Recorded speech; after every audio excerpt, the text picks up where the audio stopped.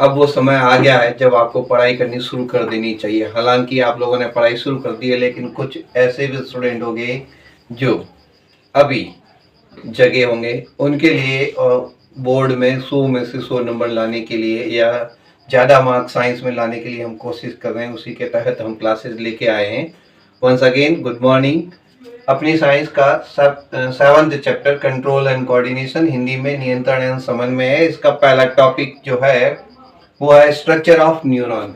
कई बार परीक्षाओं में पूछा जाता है, छोटी क्लासों में भी पूछा जाता है, तो इसमें आपको बड़ा ज़्यादा लिखने की जरूरत नहीं। ये जो चित्र दिया हुआ है, सेल बॉडी, न्यूक्लियस, एक्सॉन और नर्व एंडिंग, ये 4 पॉइंट्स लिख लेंगे और इसको थोड़ा थोड़ा एक एक लाइन में डिस्क्राइब कर देंगे तो ये स्ट्रक्चर आपके बन जाएगा। इससे बड़ा सवाल नहीं आता है।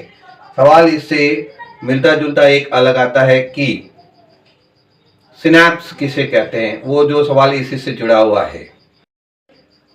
ज्यादातर परीक्षाओं में एक छोटा सवाल आता है इसी न्यूरॉन सेल से संबंधित, एक माइनर क्वेश्चन एमसीक्यू या फिल इन द ब्लैंक्स या 1 मार्क्स में पूछा जा सकता है। व्हाट आर स्नैप्स, या हिंदी में स्नैप्स किसे कहते हैं।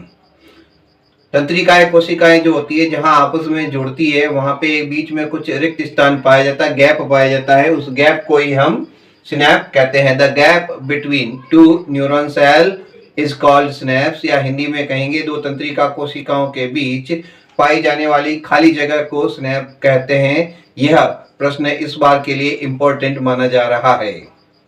अगला प्रश्न इस पार्ट में आ सकता है रिफ्लेक्स आर्क, जिसे हम हिंदी में प्रतिवर्ती क्रिया कहते हैं। मतलब सडनली, अचानक, जब भी हमें कोई चुभन होती है उस समय हम अचानक अपना शरीर की बॉडी का कोई पार्ट निर्णय लेके वहां से हट जाता है। फॉर एग्जाम्पल, आप यदि चल रहे हैं और पैर में कांटा चुभ जाता है तो पैर अचानक ऊपर हो जाएगा।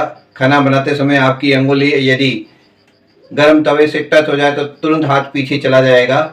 या आपने जैसे बैठे हैं और दोस्तों में आदत होती है गुदगुदी करने की, सडनली पेंसिल दबा के ऐसे कर देंगे तो अपनी बॉडी एक बार सीधी कड़क हो जाएगी और थोड़ा सा उठ जाएगी। यह क्रिया क्या कहलाती है?